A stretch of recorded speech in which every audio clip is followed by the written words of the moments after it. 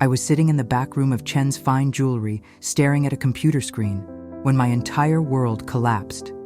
My hands were shaking so badly I had to grip the edge of Robert's desk to steady myself. "Mrs. Morrison, are you all right?" Robert Chen's voice sounded like it was coming from underwater. "Should I get you some water?" I couldn't answer. I couldn't breathe. Because there on that security monitor, in crisp, high-definition footage from 3 days earlier, was my daughter Victoria, my only child, my beautiful girl. And she was trying on engagement rings. Now that might sound sweet, right? Except Victoria's been married to Michael for 12 years. They renewed their vows just 2 years ago at our country club, with me sitting in the front row, crying happy tears. But that wasn't even the worst part. The footage had audio. Robert had warned me about that. "Mrs. Morrison, I need to show you something from our cameras, but you need to sit down first. What you're about to see, it's going to be difficult." I watched as security footage Victoria held up her left hand, admiring a massive princess-cut diamond ring that probably cost more than most people's cars. Michael stood beside her, his arm around her waist, both of them smiling like newlyweds planning their perfect future. Then I heard my daughter's voice, clear as day through the speakers. "Once we get Mom to sign the power of attorney papers, we can upgrade everything.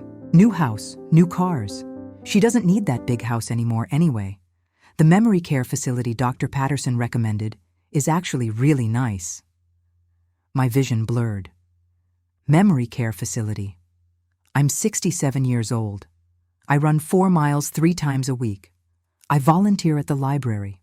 I beat my entire bridge club in a tournament last month. Memory care?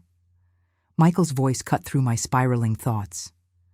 Dr. Patterson said the diagnosis should be enough to establish incompetence. We just need her to sign before she gets suspicious.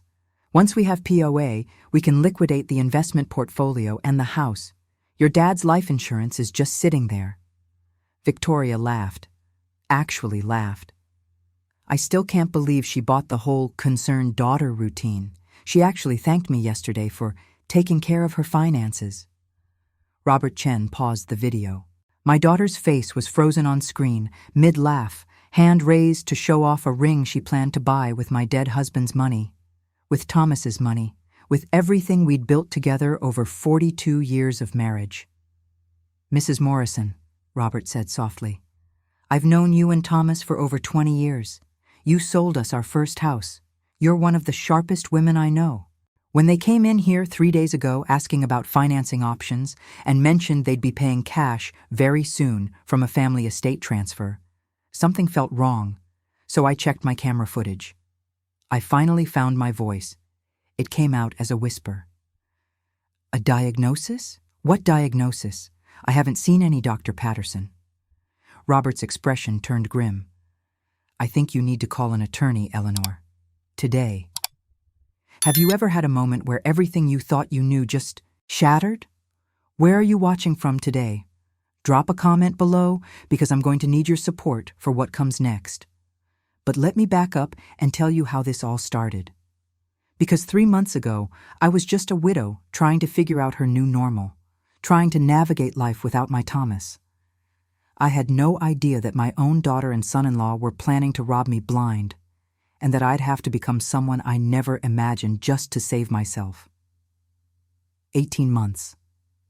That's how long I'd been a widow when this nightmare began. 18 months since I watched my Thomas take his last breath in our bedroom, surrounded by our family, after a brutal 6-month battle with pancreatic cancer. My name is Eleanor Catherine Morrison. I'm 67 years old, and until 3 months ago, I thought I was handling my grief pretty damn well. Thomas and I had 42 good years together. We built a life in our colonial house in Connecticut, the one with the wraparound porch and the maple tree in the front yard that turns brilliant red every October. He was a commercial real estate developer, successful enough that we never worried about money. I spent 30 years as a hospital administrator before retiring at 65. We traveled. We hosted Thanksgiving dinners for 20 people. We were grandparents to the most beautiful little girl in the world. And then cancer took him from me in 6 months flat. My daughter Victoria had been wonderful through it all. She and Michael and their 8-year-old daughter Lily practically moved in during Thomas's final weeks. Victoria held my hand through the funeral. She called me every single day afterward, sometimes twice. Just checking on you, Mom. Making sure you're eating. Want me to come help organize Dad's things? At first, it was comforting. I was lonely in that big house where Thomas and I raised Victoria, where we'd celebrated anniversaries and birthdays and graduations.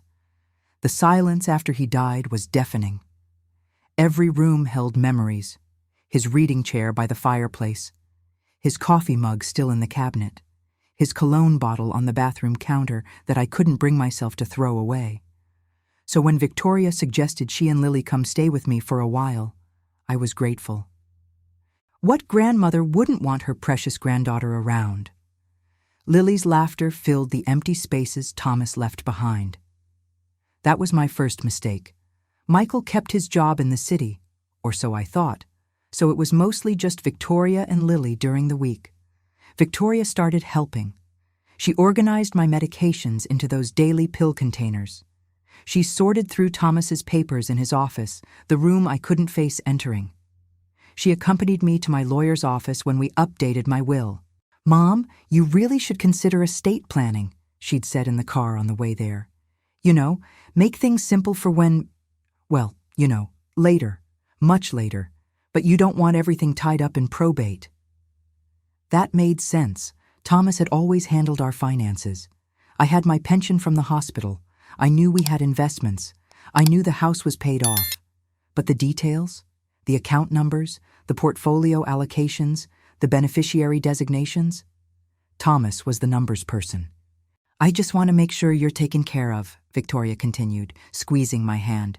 "You're all alone now, and with the holidays coming up, I worry about you, Mom." I should have paid more attention. But grief makes you foggy, you know? Have any of you lost a spouse after decades together? You're walking around in this haze where everything feels distant and muffled, and when someone offers to lift the burden of complicated decisions, you just let them. The strange comments started about 6 weeks after Victoria moved in. "Mom, did you take your heart medication this morning? You already asked me that 3 times. Had I? I didn't remember asking even once. Eleanor, honey, you left the stove on again last night. That's the 2nd time this week."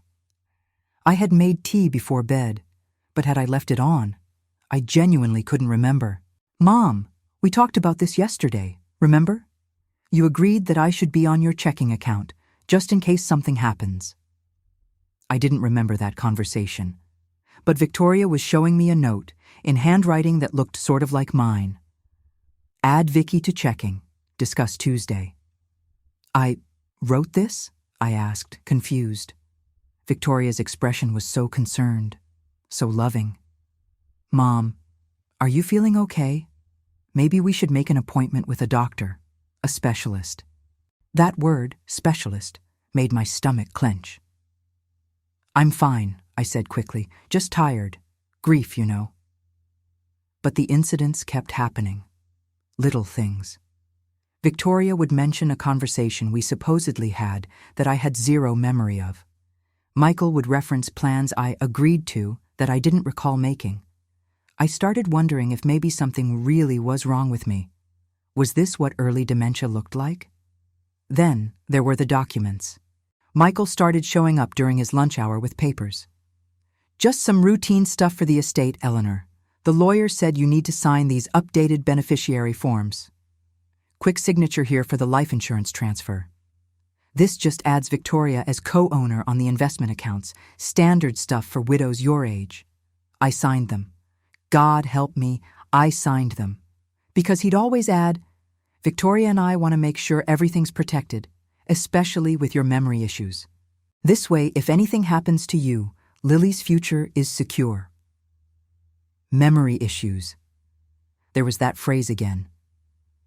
I started keeping a small notebook after that, tucked in my nightstand.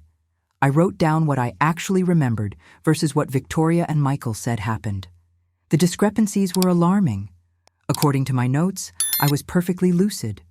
According to them, I was forgetting entire conversations and making dangerous mistakes like leaving the stove on. Then came the doctor appointment that I never scheduled. I was sorting through mail one Thursday when Victoria announced, "Mom, your appointment with Dr. Patterson is tomorrow at 2. I'll drive you." I looked up. "What appointment? Who's Dr. Patterson?" Victoria's face did that thing, that pitying, worried expression that made me feel like a child. "Mom, we talked about this last week. Dr. Patterson is a geriatric neurologist. You agreed you wanted to get checked out because of the memory problems." "I never agreed to that." "Mom." Victoria sat down next to me, taking my hands. Her eyes were actually wet with tears. "This is exactly why we need to see him. You're forgetting important things. I'm scared for you. Please, for Lily, for me, just go to one appointment." What was I supposed to say? My daughter was crying, genuinely frightened for me, and a tiny, terrible voice in my head whispered, "What if she's right? What if you are forgetting things?" "Okay," I whispered. "I'll go." Victoria hugged me so tight. "Thank you, Mom. We just want you healthy and safe. That's all we've ever wanted." That night, I couldn't sleep. Something felt off, wrong. At 2 in the morning, I got up and went into Thomas's office, the room Victoria had been organizing for weeks. I started looking through the papers she'd sorted into neat boxes labeled with her careful handwriting. That's when I found the folder labeled POA Documents, Ready for Signature. Power of Attorney Documents. Complete, comprehensive, durable power of attorney papers that would give Victoria and Michael control over every single aspect of my finances and medical decisions. Not signed yet, but ready, waiting.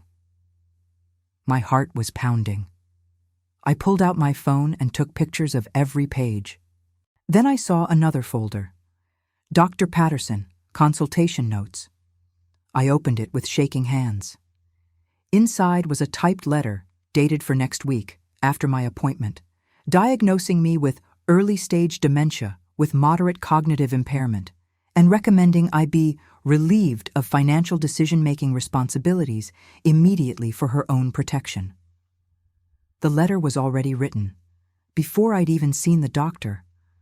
My hands started shaking so badly I had to sit down in Thomas's desk chair. I grabbed my phone and took pictures of everything, every document, every note, every piece of paper in that office. Then I put everything back exactly as I found it, and I went back to my bedroom and lay awake until dawn, my mind racing. That's when I decided, I'm not crazy, I'm not losing my memory, and I need to find out what the hell is really going on. The next morning, I called Victoria and canceled the doctor appointment. "I'm not feeling well," I lied. "Can we reschedule?" The flash of anger in Victoria's eyes, just for a second before she replaced it with concern, told me everything I needed to know. This wasn't love. This was a plan, and I needed to be smarter than they were if I was going to survive it. I became a spy in my own home. The morning after I found those pre-written diagnosis letters, I drove to the Apple store in the next town over. Not the one near my house where someone might recognize me and mention it to Victoria. I bought something I never thought I'd need, a tiny voice-activated recording device disguised as a pen. The young man who sold it to me probably thought I was some paranoid old lady, if only he knew. I also bought a small fireproof safe for my bedroom closet and started photographing every single document in Thomas's office every night after Victoria went to bed.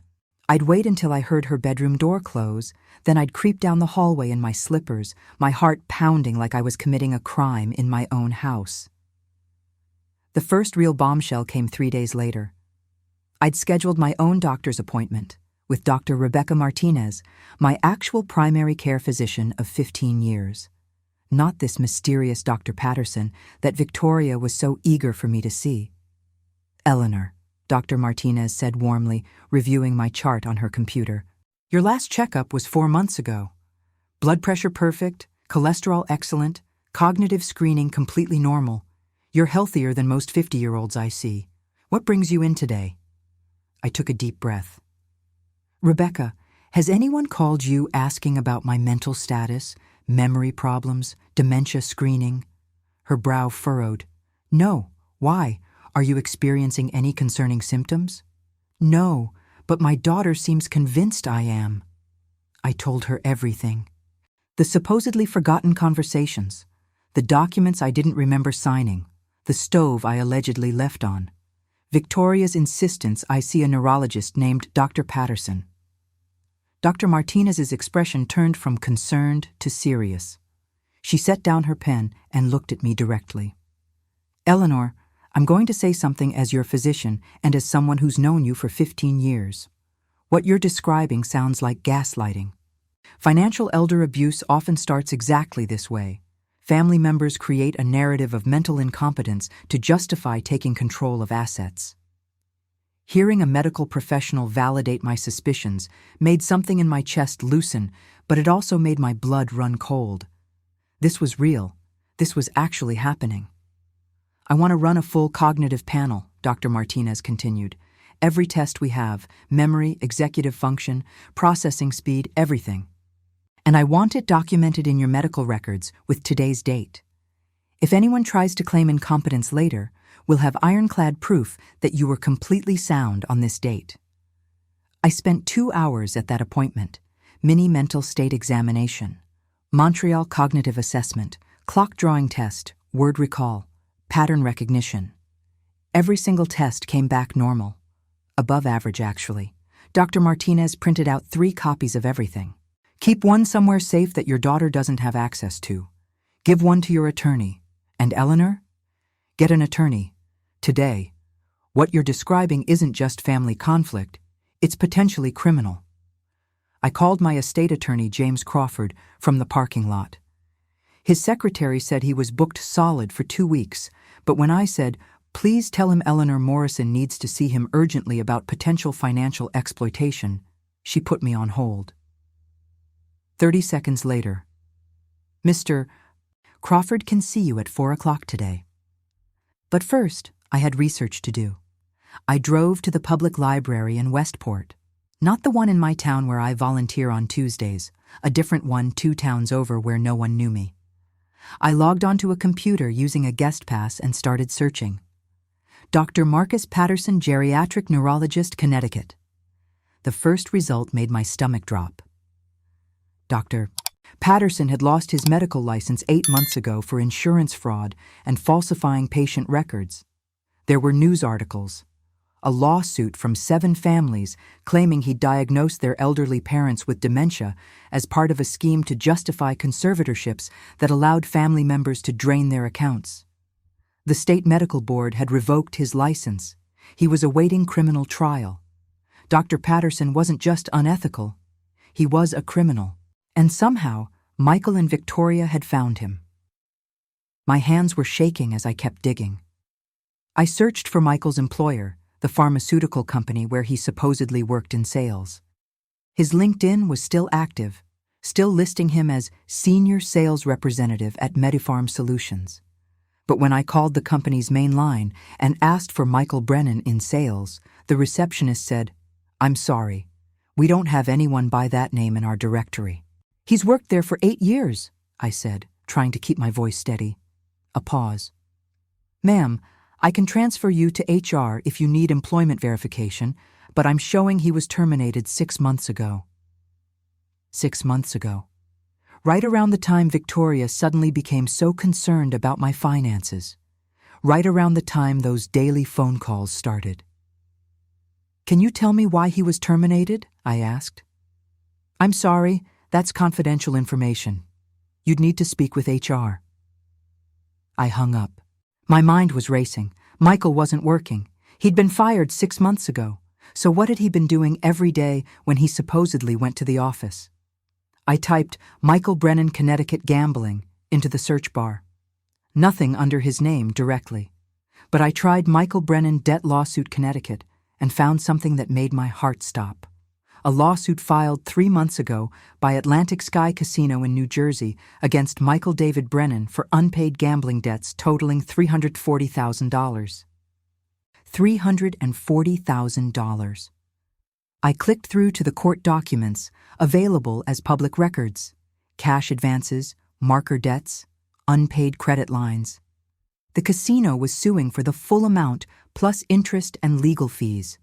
Suddenly, it all made horrible, crystal-clear sense. Michael wasn't working. He had massive debts.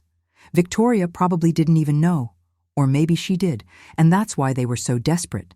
They needed money, fast. And I was sitting on over $3 million in assets. I wasn't their mother. I was their bank account. I drove to James Crawford's office with all my evidence printed and organized in a folder. My hands were still shaking. James had handled Thomas's estate. He'd known us for 25 years. When I walked into his office and laid out everything, the pre-written diagnosis, the disgraced doctor, Michael's debts, the documents waiting for my signature, his face went through shock, then anger, then grim determination. "Eleanor, this is textbook attempted financial exploitation of an elderly person. In Connecticut, this is a felony. We need to take action immediately." "What kind of action?" I asked. "First, we freeze them out completely. I'm drafting new power of attorney documents designating someone else. Do you have someone you trust completely? Someone with no connection to Victoria or Michael?" I thought of my neighbor Maggie Sullivan, retired attorney, sharp as a tack, 71 years old and tougher than most people, half her age. We'd been playing bridge together for 10 years. Yes, Margaret Sullivan, my neighbor. Perfect. Second, we need to audit every document you've signed in the last 6 months. Any that contain forged signatures or were signed under false pretenses will need to void. Third, and Eleanor, this is important. Do you want to press criminal charges? Did I? This was my daughter, my only child, the baby I'd rocked to sleep, the toddler I'd taught to ride a bike, the teenager I'd helped through heartbreak, the bride I'd walked down the aisle. But then I thought about that security footage I'd seen at Robert Chen's store. About the way Victoria laughed when she talked about putting me in memory care. About my granddaughter Lily, growing up thinking this behavior was acceptable. "I want to find out everything first," I said carefully. "Then I'll decide." James nodded. "Fair enough. For now, let's get your assets protected. Can Victoria access your bank accounts?" My stomach sank. I think I added her to my checking account.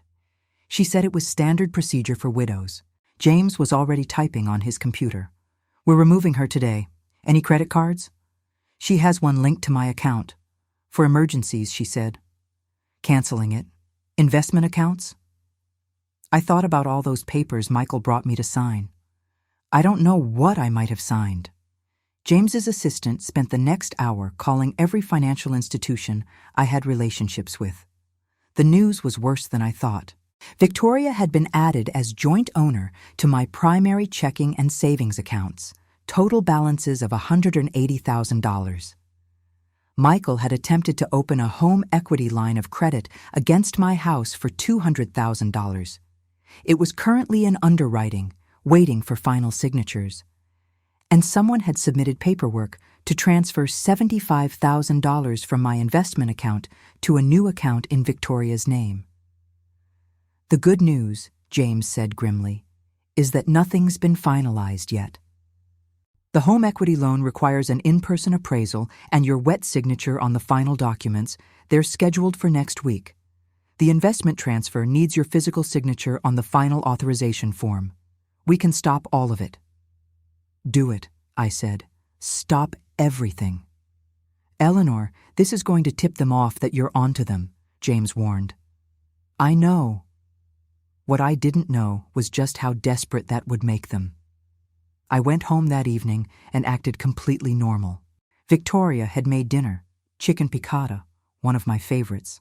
A nice gesture, except I noticed she was especially interested in whether I'd taken my evening medications. "Here, Mom, let me help you sort these out."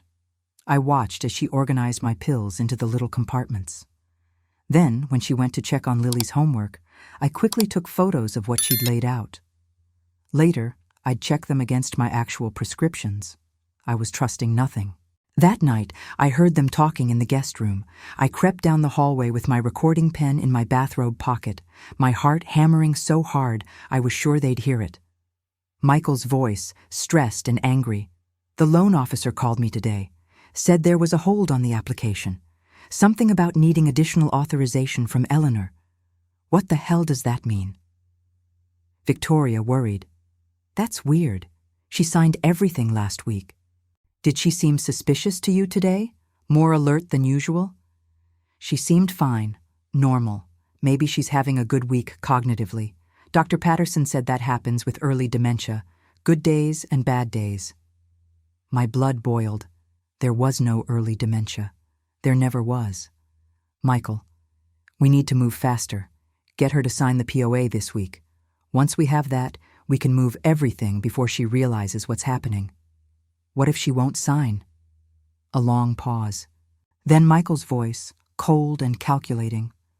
Then we go with Plan B, get her admitted for psychiatric evaluation. Dr. Patterson said he could arrange it through Riverside Psychiatric. 72-hour hold for observation. That's enough time to establish incompetence and get emergency conservatorship. I nearly gasped out loud. They were planning to have me committed, locked in a psychiatric facility against my will. That seems extreme, Victoria said, but her voice wavered. She didn't sound opposed, just uncertain. Vicky, we owe $340,000. Those people don't wait patiently. They've already threatened me twice. Your mother is sitting on over $3 million in assets. This isn't extreme. This is survival. A long pause. Then Victoria, quietly. Okay. We'll try one more time to get her to sign. If she refuses, we do Plan B. I crept back to my bedroom, my whole body shaking. I sat on the edge of my bed in the dark, Thomas's pillow still beside me, and felt terror like I'd never known. They were going to institutionalize me, lock me away, and take everything Thomas and I had built. I needed help. More help than James Crawford could provide. I needed evidence so damning they couldn't talk their way out of it, and I needed it before they made their next move. Because I'd just learned that the people who were supposed to love me most in this world were capable of absolutely anything. The next morning, I told Victoria I needed to run errands. She immediately offered to come with me, but I insisted I wanted independence. You're right, I should do more on my own, I said brightly, forcing a smile. Stay young and active, right? She looked suspicious for a moment, her eyes narrowing slightly. But then she smiled back. That's great, Mom. I'm proud of you. Do you need money? No, I'm fine. I grabbed my purse and keys, my hand steady even though my heart was racing. I'll be back in a few hours. I drove straight to Chen's Fine Jewelry. I'd been meaning to pick up my wedding ring. I'd left it for polishing 3 weeks ago, and Robert Chen had called twice saying it was ready. But what I didn't know was that Robert had something else he needed to show me. Something that would change everything. Mrs. Morrison, your ring is beautiful, Robert said when I walked in, but his voice was strained, tight. But that's not why I called you to come in today. We were standing at the counter of his jewelry store, the small family business that had been in our town center for 40 years. Robert had sold Thomas and me our wedding rings back in 1983. He'd helped us pick out Victoria's Sweet 16 necklace. He'd been at Thomas's funeral. Robert, what's wrong? I asked. He glanced toward the back room, then at his assistant working with another customer. Could we speak privately? My stomach knotted as I followed him into his office. Robert closed the door and turned to face me, his expression grave.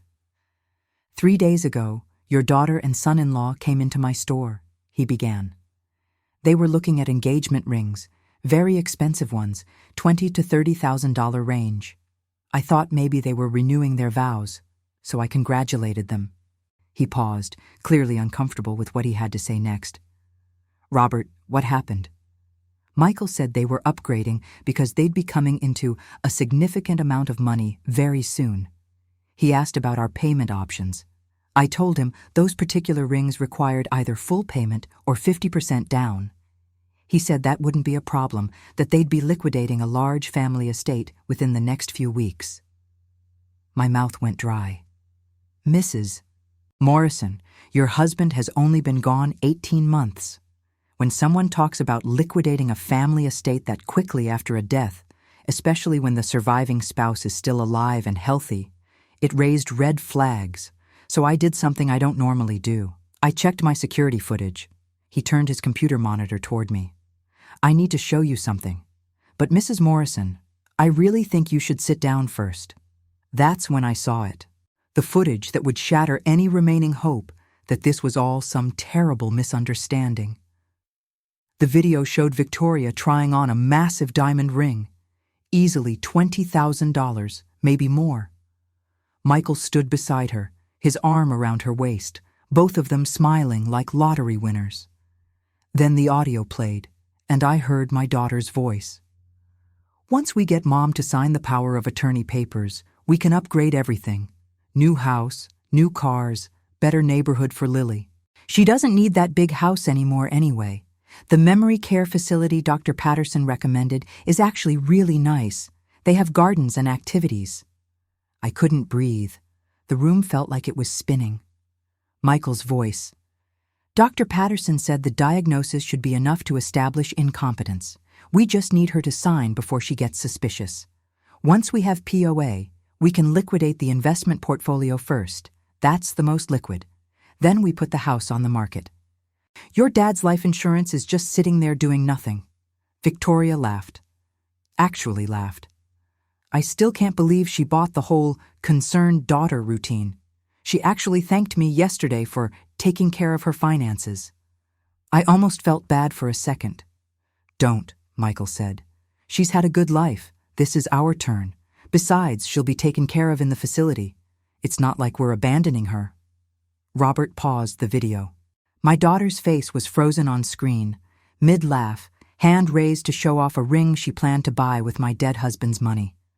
With everything Thomas and I had sacrificed and saved for over 4 decades. There's more, Robert said quietly. They spent an hour here. They talked about putting your house on the market in the spring, said it would get top dollar then. They discussed cashing out your investments. Michael even mentioned how they'd handle your resistance if you realized what was happening before they got the signatures they needed. What did they say? My voice sounded hollow, like it was coming from someone else. Robert looked pained. Michael said, and I quote, "If she figures it out before we have POA, we'll have to do the involuntary psychiatric commitment. It's a pain in the ass, but Dr. Patterson has connections at Riverside. 72 hours is enough to establish incompetence, and then we can get emergency conservatorship approved." The psychiatric commitment. Hearing it confirmed on video, in Michael's casual, matter-of-fact voice, made it terrifyingly real. Mrs. Morrison, I've known you for 20 years. You're one of the sharpest, kindest women I've ever met. What they're planning is elder abuse. It's criminal. And I couldn't in good conscience not tell you. He handed me a USB drive. This is a copy of everything. All the footage, all the audio. And here's my brother's business card, David Chen. He's an elder law attorney in Hartford. He handles cases like this. I don't remember the next few minutes clearly. Robert got me water. He gave me tissues. He sat with me while I cried silent tears in his back office. "Eleanor," he said gently, "call David today, and be very careful. People who are desperate for money can become dangerous." I drove home in a fog, the USB drive in my purse like it weighed 1,000 pounds. When I walked in, Victoria was making lunch, grilled cheese sandwiches and tomato soup, comfort food from my childhood. "Hi, Mom. Did you get your ring?" I held up my hand, showing the polished wedding band back on my finger where it belonged. Yes, beautiful as ever. I sounded normal. I acted normal. But inside, I was screaming. That afternoon, while Victoria took Lily to soccer practice, I called David Chen from my bedroom closet with the door locked. "Mr. Chen, your brother Robert gave me your card. I need help. My daughter and son-in-law are trying to steal my assets, and I have proof. David Chen's office was in Hartford, 40 minutes away. I drove there the next morning, telling Victoria I was going to a grief support group at a church in West Hartford. David Chen was younger than Robert, maybe late 40s, meticulously dressed in a navy suit with sharp eyes that missed absolutely nothing. I showed him everything: the pre-written diagnosis, the security footage from Robert's store, the recordings of Michael and Victoria discussing Plan B, my medical records from Dr. Martinez proving complete cognitive competence, Michael's gambling debts, his termination from his job. He watched and listened, his expression growing progressively darker. Mrs. Morrison, what you have here is conspiracy to commit multiple felonies: attempted elder abuse, attempted fraud, forgery, possibly attempted false imprisonment if they'd succeeded with the psychiatric commitment. This is extremely serious. What can we do? I asked. First, we lock down every single asset, every account, every investment, every piece of property. Second, we gather more evidence. I want to know exactly how deep this goes. Third, we decide whether you want to pursue criminal charges or handle this civilly. I want them stopped, I said firmly, whatever that takes. David made calls while I sat in his office. Within 2 hours, my entire financial life had been restructured. All my bank accounts were frozen to any access except mine personally. The home equity loan application was formally withdrawn and flagged for attempted fraud. The investment transfer was blocked and reported. New power of attorney documents were executed naming Maggie Sullivan. A forensic accountant was hired to trace every document I'd signed in the past 6 months. Now comes the hard part, David said. They're going to realize something's wrong very soon. Probably within 24 hours when they try to access accounts or check on the loan status. When that happens, Mrs. Morrison, they may escalate. What do you mean, escalate? They might try to force the psychiatric commitment before you can act. I need you to be extremely careful. Don't eat or drink anything they prepare that you don't personally watch them make from start to finish. Keep your phone charged and on you at all times. If they try to take you anywhere against your will, call 911 immediately. I'm also going to give you my personal cell number. Call me day or night if anything feels wrong. The fear must have shown on my face because David's expression softened slightly. I know this is your daughter. I know this is painful beyond measure. But people desperate for money do desperate things. Your safety comes first. Everything else comes second. I hired a private investigator that same day. David recommended someone, a former detective named Sarah Reeves, who specialized in elder fraud cases. If I was going to end this, I needed to know everything. The PI's report came back 72 hours later in a thick manila envelope, and it was worse than I'd imagined. Michael's gambling debts weren't just the $340,000 from Atlantic Sky Casino. There were additional debts to illegal bookies totaling another $180,000. He'd been fired from his pharmaceutical job not just for expense report issues, but for stealing sample medications and selling them online. The company had declined to press criminal charges in exchange for his quiet resignation and a signed NDA. And Victoria?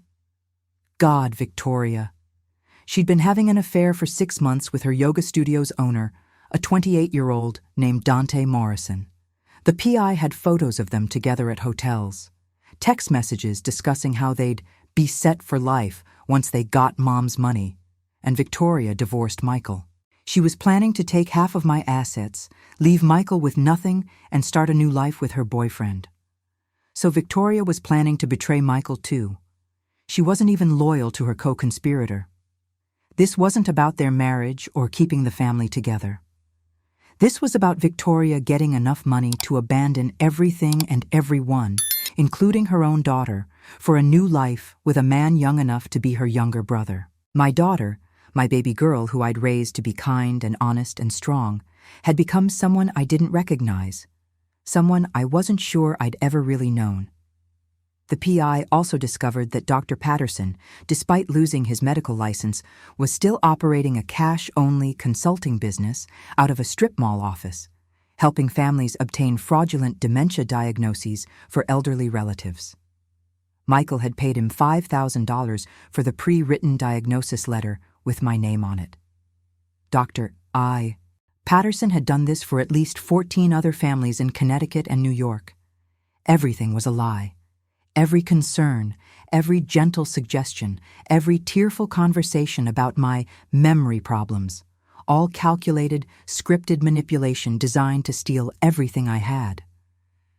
I spent that night in my bedroom, looking through photo albums. Victoria as a newborn in the hospital, so tiny and perfect.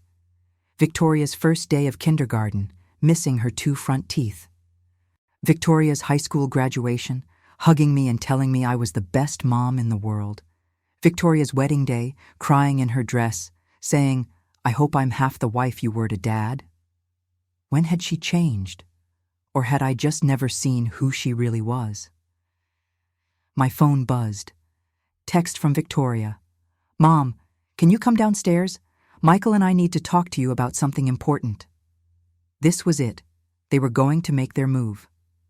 I texted back, "Coming." I grabbed my recording pen and slipped it into my cardigan pocket. Then I called Maggie Sullivan. "Maggie, they're asking me to come downstairs for an important talk. Something feels very wrong." "Do you want me to come over?" Maggie asked immediately, her voice sharp and alert. "No, but stay on the phone. Keep the line open in your pocket. If anything happens, if you hear anything concerning, call the police." "Eleanor, are you sure?" "I'm sure. Just listen." I put my phone in my other pocket, line connected to Maggie, and went downstairs to face my daughter and son-in-law. Whatever happened next, I was ready. Victoria and Michael were sitting in the living room, both wearing serious expressions that I now recognized as their concerned family masks. On the coffee table sat a folder, the same folder I'd photographed weeks ago in Thomas's office. "Mom, sit down," Victoria said gently, patting the armchair across from them. "We need to have a difficult conversation." I sat, my heart hammering, feeling my phone in one pocket and the recording pen in the other. Maggie was listening. Everything was being recorded. Michael leaned forward, his expression grave and caring. "Eleanor, Victoria and I have been really worried about you. The memory problems, the confusion, leaving the stove on, forgetting conversations. We think it's time to be proactive about your health." He pushed the folder toward me. I didn't touch it. I knew exactly what was inside. "We've made an appointment for you with a specialist, Dr. Patterson. He's excellent with elderly patients experiencing cognitive decline." There it was, Dr. Patterson, the disgraced doctor on their payroll. "The appointment is tomorrow morning," Victoria added, her voice sweet and concerned. "And Mom, we've prepared some documents that will make things easier for everyone. Power of attorney papers, so Michael and I can help manage your finances and medical care. You don't need to worry about anything anymore. We'll take care of everything." She was using her loving daughter voice, the voice that had comforted me through Thomas's death, the voice I'd trusted for 35 years, the voice that was now a weapon. "You just need to sign here and here," Michael said, opening the folder and pointing to signature lines. "Simple, quick. Then we can all relax knowing you're protected." I looked at the folder, at the POA documents I'd already photographed, at the trap they'd spent months setting. Then I looked at my daughter's face, at the fake concern, at the impatience barely hidden behind her eyes. She was waiting for me to sign, expecting me to sign. I had a choice in that moment. I could sign, play along, gather even more evidence, or I could end this right now. "No," I said quietly. Victoria blinked. "Mom?" I said no. "I'm not signing anything. I'm not seeing Dr. Patterson, and I'd like you both to leave my house." The room went very, very still. Michael's friendly expression vanished like someone had flipped a switch. "Eleanor, I don't think you understand the seriousness of your condition. I understand perfectly. I'm not sick. I never was. And I know exactly what you're trying to do. Victoria's face went white. Mom, you're confused. I'm not confused, Victoria. I'm the most clear-headed I've been in months. I stood up, my voice steady despite my shaking hands. I know about Michael's gambling debts, all $520,000 of them. I know he was fired from his job 6 months ago. I know about Dr. Patterson and his revoked medical license. I know about the pre-written diagnosis with my name on it, and I know about your plan to have me committed to Riverside Psychiatric if I wouldn't sign. Michael shot to his feet. You've been spying on us? You've been plotting to rob me and lock me away, I shot back. Get out of my house, both of you, now. Mom, please, let me explain. Victoria's eyes were filling with tears. Real or fake, I couldn't tell anymore, and I didn't care. There's nothing to explain. I heard you at Robert Chen's jewelry store. You laughed about putting me in memory care. You planned to sell my home, liquidate my investments, spend Thomas's life insurance on engagement rings and a new house. You're not the daughter I raised. Michael's face turned ugly. You stupid old woman. Do you have any idea who you're messing with? We've worked too hard and come too far for you to— Are you threatening me? I asked, my voice deadly calm. I'm telling you that if you don't sign those papers right now, we'll make sure you're declared incompetent anyway. We have a doctor's diagnosis. We have documentation of your memory problems. Who do you think a judge will believe? Your loving, concerned daughter who's been taking care of you? Or a grief-addled widow who's paranoid and delusional? In my pocket, my phone was recording everything. In my other pocket, so was the pen. And Maggie was hearing every word. Get out. Michael took a step toward me, his hands clenched. Victoria grabbed his arm. Michael, don't. What's she going to do? Michael snarled. She's alone. She has no proof of anything. It's her word against ours. No one's going to believe. Actually, said a voice from the doorway, she has plenty of proof, and she's not alone. We all turned. Maggie Sullivan stood in my front doorway, her phone in her hand, her expression fierce. I've been listening to everything, Maggie said calmly, walking into my living room like she owned it. And I've recorded it. I've also called the police. They'll be here in about 3 minutes. I suggest you both sit down and wait quietly. Michael's face went from red to white in an instant. This is insane, Victoria started. What's insane? I said, my voice shaking but strong. Is that you thought you could do this to me? I'm your mother, Victoria. You're a bank account, Michael spat. That's all you've ever been to us. A retirement plan. And you were supposed to just sign the damn papers and make this easy, but no. You had to— Shut up, Michael, Victoria shrieked. Just shut up. But he couldn't stop. The mask was completely off now. We needed that money. Do you understand? Those people I owe, they don't send collection letters, Eleanor. They send men with baseball bats. We were going to lose everything. The house, the cars, Lily's school. You have millions just sitting there while we're drowning, and you're too selfish to— So you were going to have me locked in a psychiatric facility? My voice broke. Drug me? Tell everyone I was crazy? Steal my home? Victoria, how could you? Victoria started crying. Mom, I'm sorry, I never wanted. Michael made me. He said we'd lose everything. Save it for your lawyer, Maggie said. And then we heard the sirens. 2 police officers arrived at my house within minutes. I watched them walk up my front steps, and I felt something I didn't expect. Not satisfaction, not relief. Just profound, devastating sadness. Mrs. Morrison, the first officer said. I'm Officer Rodriguez. We received a call about a possible threat and attempted elder abuse. Yes, I said. My voice sounded distant to my own ears. These are my daughter Victoria and her husband Michael. They've been attempting to defraud me and were planning to have me falsely committed to a psychiatric facility to gain control of my assets. That's a lie, Michael shouted. She's mentally incompetent. She needs help. We were trying to— Sir, I'm going to need you to calm down, Officer Rodriguez said firmly. I handed him the USB drive from Robert Chen. This contained security footage from Chen's fine jewelry, showing them discussing their plans. I also have recordings from tonight and documentation of forged signatures, a fraudulent medical diagnosis, and attempted financial exploitation. The second officer, a woman named Officer Walsh, looked at Victoria. Ma'am, do you live at this residence? I've been staying here with my mother, Victoria said, her voice trembling. She needed help after my father died. I want them out of my house, I said clearly. Tonight, and I want a restraining order. Mom, please! Victoria was fully sobbing now. You can't do this. What about Lily? She needs her mother. This is her home. This is my home, I said, and you lost the right to be here when you decided to betray me. What happened next felt like a nightmare. The officers listened to portions of the recordings. They looked at the documents. They called for backup.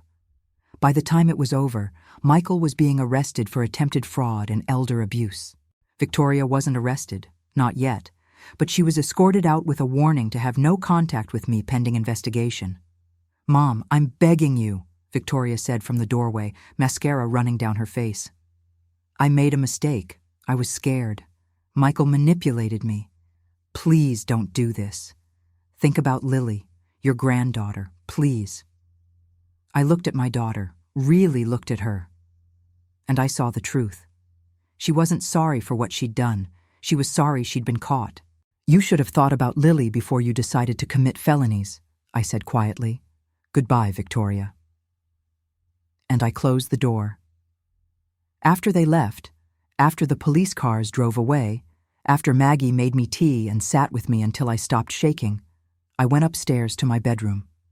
I sat on Thomas's side of the bed, the side that had been empty for 18 months, and I cried.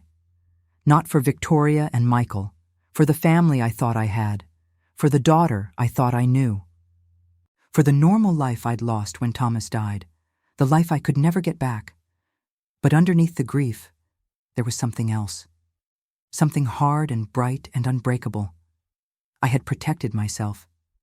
I had been strong enough to say no, and I had survived. Tomorrow, I would call my lawyer. Tomorrow, I would press charges. Tomorrow, I would start rebuilding my life. But tonight, I just let myself feel everything I'd been holding back for months. And somehow, that was enough. The next 72 hours were a blur of lawyers, police statements, and forensic accountants poring over every document I'd signed in the past 6 months. David Chen filed for emergency restraining orders against both Victoria and Michael. The orders were granted within 24 hours. Neither could come within 500 feet of me or my property. When the officer served Victoria the papers at the hotel where she and Lily were staying, she called me 17 times in a row. I didn't answer. The district attorney's office called on the third day. The prosecutor was a sharp woman in her early 40s named Lisa Hendricks, and she didn't waste time with pleasantries. Mrs. Morrison, I've reviewed your evidence, the security footage, the recordings, the paper trail, Dr. Patterson's involvement. This is one of the strongest elder abuse cases I've seen in 15 years. We're prepared to file criminal charges against both your daughter and son-in-law. She paused, and I could hear papers rustling on her end. I need to be completely honest with you about what that means. We're talking about conspiracy to commit elder abuse, attempted fraud, forgery, and conspiracy to commit false imprisonment. These are serious felonies. If convicted, your daughter could face 5 to 15 years in prison. 5 to 15 years, Victoria in prison. Lily, growing up without her mother. Mrs. Morrison, are you still there? Yes, I whispered. I'm here. I know this is your daughter. I know this is painful, but I've seen cases like this destroy elderly victims. They lose everything, their homes, their savings, sometimes their lives. What your daughter and son-in-law planned to do to you was cruel and calculated. The question is, do you want us to prosecute? I thought about that security footage, about Victoria laughing, about the pre-written diagnosis, about the plan to lock me in Riverside Psychiatric while they emptied my accounts. Yes, I said. I want to press charges. Then we move forward. Be prepared. They're going to come after you hard. Their defense will paint you as vindictive, mentally unstable, a bitter old woman who misunderstood their good intentions. We need to be ready for that. The forensic accountant's report came back 2 days later. Victoria had forged my signature on 7 different documents over the past 3 months. The attempted theft totaled $1. $2,200,000 from the home equity loan, $75,000 from the investment transfer, and various smaller amounts from accounts she'd gained access to. She'd already withdrawn $47,000 from my checking account in cash over 6 weeks, claiming it was for household expenses. Michael's debts were even worse than the PI had discovered. Total amount owed, $680,000, including $120,000 to illegal bookies who'd already sent representatives to his office twice. No wonder they were desperate. Dr. Marcus Patterson was arrested on the 5th day. The district attorney's office had been building a case against him for months, and my evidence broke it wide open. They found 14 other families he'd helped defraud, all elderly victims, all with adult children claiming sudden dementia diagnoses, all losing their homes and savings. The DA was calling it one of the largest elder abuse conspiracies in Connecticut state history. And Victoria was trying to save herself. Her attorney called David Chen requesting an emergency meeting. Against David's strong advice, I agreed to see her. We met at David's office conference room. Victoria arrived with her lawyer, a slick man in an expensive suit named Richard Paulson. She looked terrible, pale, thin, dark circles under her eyes like she hadn't slept in days. "Eleanor," Paulson began, "my client wants you to know." "I want to talk to my mother alone," Victoria interrupted. The lawyers looked at each other. David shook his head firmly. "Absolutely not. That's not appropriate given—" "Please," Victoria begged, looking at me with red-rimmed eyes. "Mom, please, 5 minutes, just you and me." Every instinct screamed at me to say no, but she was still my daughter, and maybe some part of me needed to hear what she had to say. 5 minutes, I said, but David stays in the room. David moved to the far corner, far enough to give us privacy, but close enough to intervene if needed. The lawyers stepped outside. Victoria and I sat across from each other at that big conference table. My daughter, who I'd given birth to, raised, loved unconditionally, looked at me with desperate eyes. "Mom, I'm so sorry. I never wanted any of this." "Then why did you do it?" My voice cracked despite my efforts to stay strong. "Because Michael said we'd lose everything. The house, Lily's private school, our entire life. He said you wouldn't even notice, that you had more than enough, that we were just getting our inheritance a little early. So you were going to lock me away, drug me, make everyone think I was incompetent, steal my home?" "No, that was never the plan. That was all Michael." Her voice rose, desperate. "I just wanted to borrow some money to get us through. But then Michael kept pushing, and Dr. Patterson said it would be simple, and everything just spiraled." "You forged my signature 7 times, Victoria." She flinched like I'd slapped her. "You laughed about putting me in memory care. I heard you, on the security footage at the jewelry store. You laughed." Tears spilled down her cheeks. "I was trying to convince myself it was okay. I was sick about it every single day, Mom.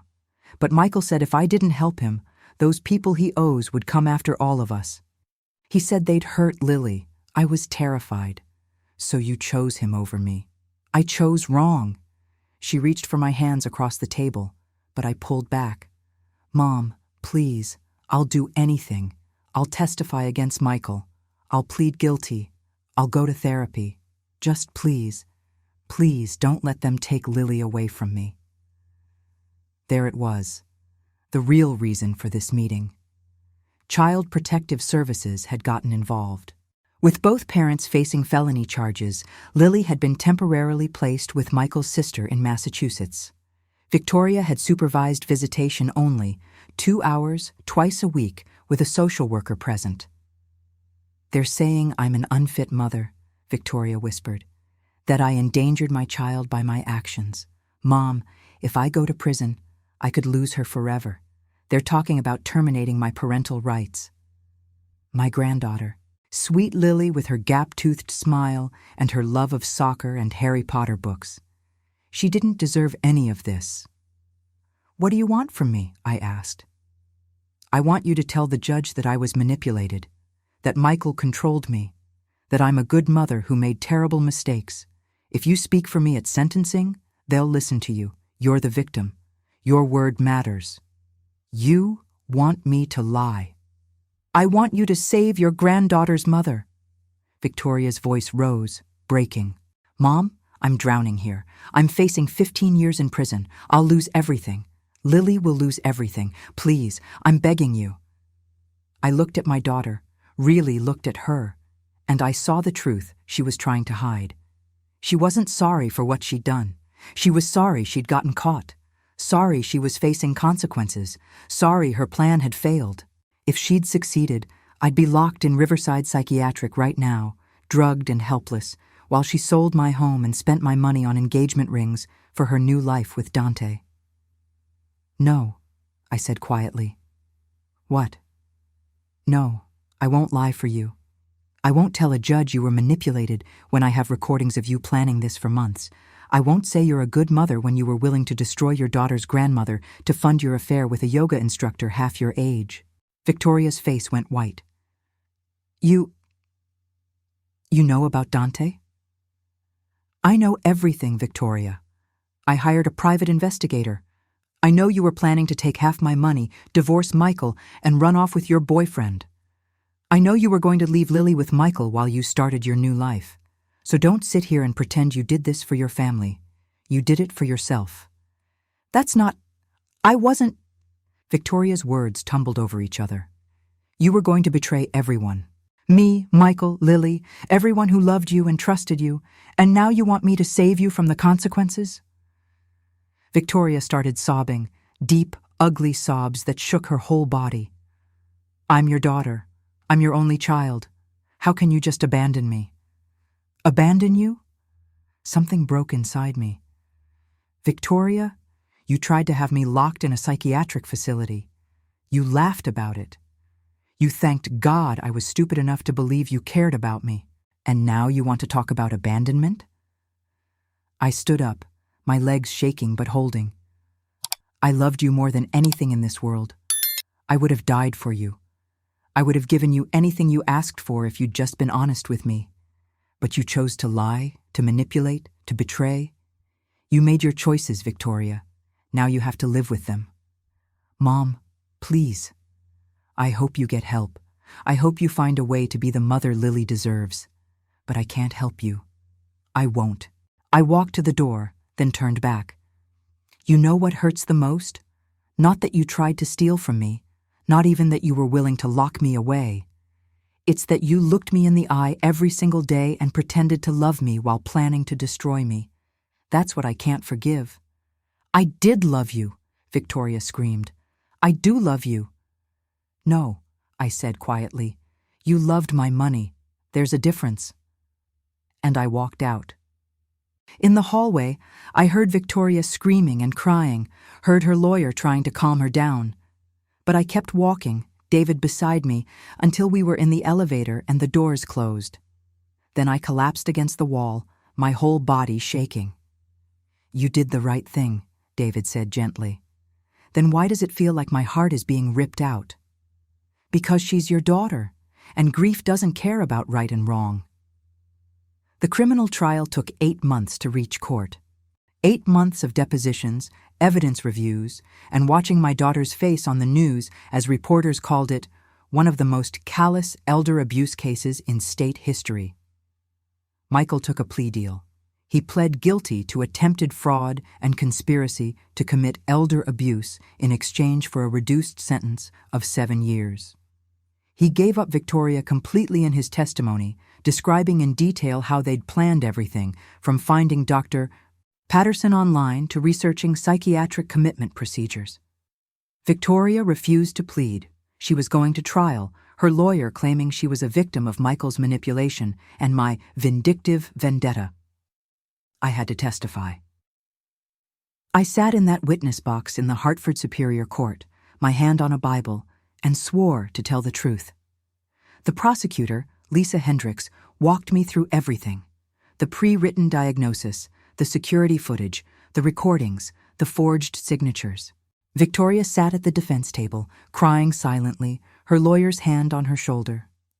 "Mrs. Morrison," Lisa said gently, "can you tell the court how you felt when you discovered your daughter's plan?" I looked at Victoria. She looked back at me, her eyes pleading. "I felt like I was dying," I said, my voice breaking. Like everything I thought I knew about my family, about my daughter, was a lie. I raised her to be kind and honest. I taught her right from wrong, and she used everything I gave her, my trust, my love, my grief over losing my husband, to try to destroy me. "Why didn't you just give them the money?" Lisa asked. "You're a wealthy woman. You could have helped them financially." Because they never asked. If Victoria had come to me and said, "Mom, Michael has gambling debts and we need help," I would have helped.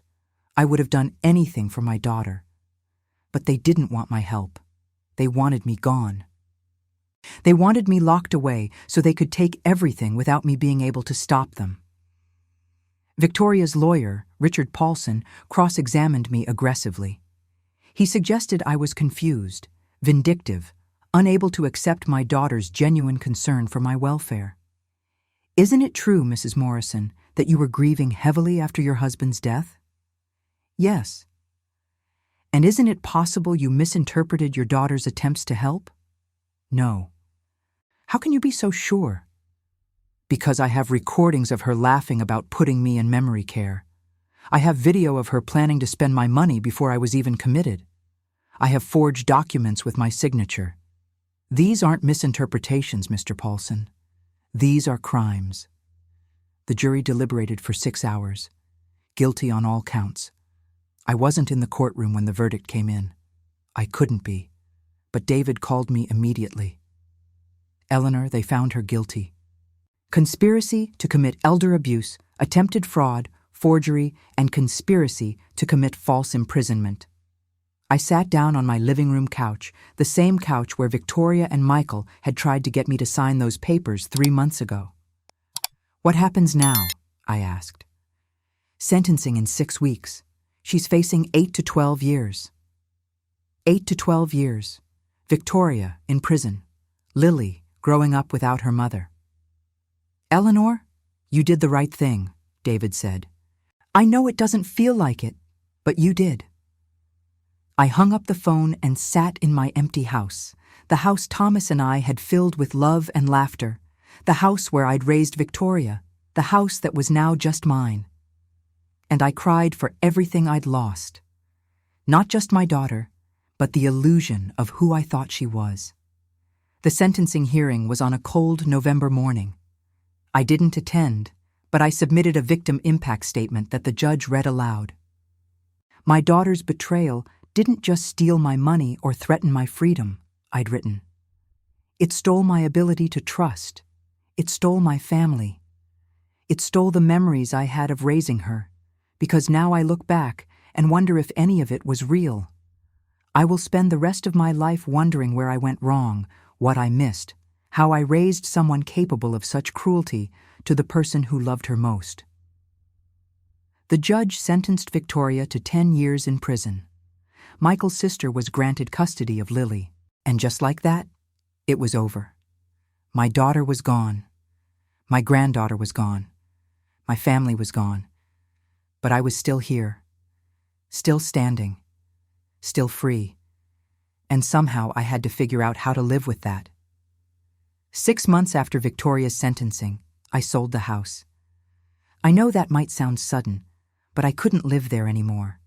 Every room held ghosts, not just of Thomas, but of the daughter I thought I had, the kitchen where Victoria made me coffee while planning to drug me, the living room where she'd cried fake tears about my memory problems, the guest room where she and Michael plotted my destruction. I sold it to a young family with 3 kids. The wife cried happy tears at the closing, talking about how they'd fill it with love and laughter. I signed the papers and handed over the keys, and I didn't look back. I bought a smaller house by the water in Mystic, Connecticut. 2 bedrooms, a deck overlooking Long Island Sound, and windows that let in so much light it felt like healing. Every morning I wake up and the first thing I see is the ocean. Endless, unchanging, honest. The money from the sale, combined with what I recovered legally from Victoria and Michael, went into a trust. Not for me. I have more than enough from Thomas's investments and my pension. The trust is for Lily, for college, for therapy, for whatever she needs when she's older and trying to make sense of what her parents did. Michael's sister, Jennifer, sends me photos of Lily every few months. She doesn't have to. The custody arrangement doesn't require it, but she does anyway. Lily playing soccer, Lily at her school play, Lily reading on Jennifer's porch. I send gifts for her birthday and Christmas. I write letters that Jennifer keeps in a box for when Lily's old enough to decide if she wants to read them. I tell her about her grandfather Thomas, about the good memories I have of her mother before everything went wrong, about how none of this was her fault. I don't know if I'll ever see Lily again. Jennifer offered once to arrange a visit, but I said no, not yet. Maybe when Lily's older, when she can understand, maybe never. Some wounds are too deep. Victoria writes me letters from prison. I receive them, but I don't read them. They sit in a box in my closet, unopened. Maybe someday I'll be strong enough. Today is not that day. The legal outcomes were exactly what they should have been. Victoria is serving her 10-year sentence at York Correctional Institution. She'll be eligible for parole in 7 years if she demonstrates good behavior. Michael served 4 years of his 7-year sentence and was released 2 months ago. I heard he moved to Arizona and works in construction now. We have no contact. Dr. Patterson got 15 years for his role in defrauding 14 families. The other families have thanked me, told me my evidence helped them get justice too. There's a strange comfort in that. My pain helped prevent other people's pain. The most surprising thing is how I've healed. I didn't think I would. For months after the trial, I could barely get out of bed. I saw a therapist twice a week, a kind woman named Dr. Sarah Chen, who specialized in family trauma and elder abuse. She helped me understand that grief and anger could coexist, that I could mourn the daughter I thought I had while accepting the reality of who Victoria actually was. I joined a support group for elder abuse survivors. There are more of us than you'd think. We meet every Tuesday at the community center in New London. We share our stories, cry together, laugh together, remind each other that we're not alone. Maggie Sullivan is still my best friend. She visits every Sunday, and we have coffee on my deck and watch the boats go by. She never says, "I told you so," even though she suspected something was wrong long before I did. That's friendship. I reconnected with old friends from the hospital where I worked. I volunteer at a legal aid clinic, helping other elderly people recognize signs of financial abuse. I give talks at senior centers about protecting yourself from family fraud. I've helped 4 people in the past 6 months avoid what happened to me. Turning my pain into purpose has saved me. I still have hard days. Days when I see a mother and daughter laughing together in the grocery store and have to leave my cart and walk out. Days when I find an old photo of Victoria as a little girl and cry for hours. Days when I wonder if I failed her somehow, if there was a moment where I could have changed the path she chose. Dr. Chen says those thoughts are normal. She says I didn't fail Victoria. Victoria made her own choices. But mother guilt runs deep, deeper than logic or reason. The truth is, I'll probably carry this wound for the rest of my life. It's changed me, made me more cautious, more guarded. I don't trust as easily. I question people's motives. I read every document before signing. I verify everything. but it's also made me stronger. I'm 68 years old now. I run 5 miles 4 times a week. I took a watercolor painting class and discovered I'm actually pretty good. I'm planning a trip to Ireland next spring, something Thomas and I always talked about but never did. I'm living the life I want, on my own terms, answering to no one. I'm not just surviving, I'm thriving. And that's something Victoria can never take from me. Sometimes people ask me if I regret pressing charges, if I wish I'd handled it differently. The answer is no. What Victoria and Michael planned to do to me was evil. They deserved consequences. And by holding them accountable, I protected myself and possibly prevented them from victimizing someone else. But do I miss my daughter? Yes. Every single day. I miss the daughter I thought she was. I grieve for the relationship we'll never have. I ache for the granddaughter I may never know. That's the cruel complexity of this. You can do the right thing and still be devastated by it. If you're watching this and you've experienced something similar, betrayal by family, elder abuse, someone you loved trying to destroy you, I want you to know something. You're not alone. You're not crazy. You're not vindictive for protecting yourself, and you're stronger than you think. I never imagined I'd be the kind of person who could stand up to my own child. I never thought I'd have the strength to say no, to fight back, to survive something like this. But I did, and if I can, you can too. Where are you watching from today? Have you experienced family betrayal or elder abuse? Share your story in the comments if you're comfortable.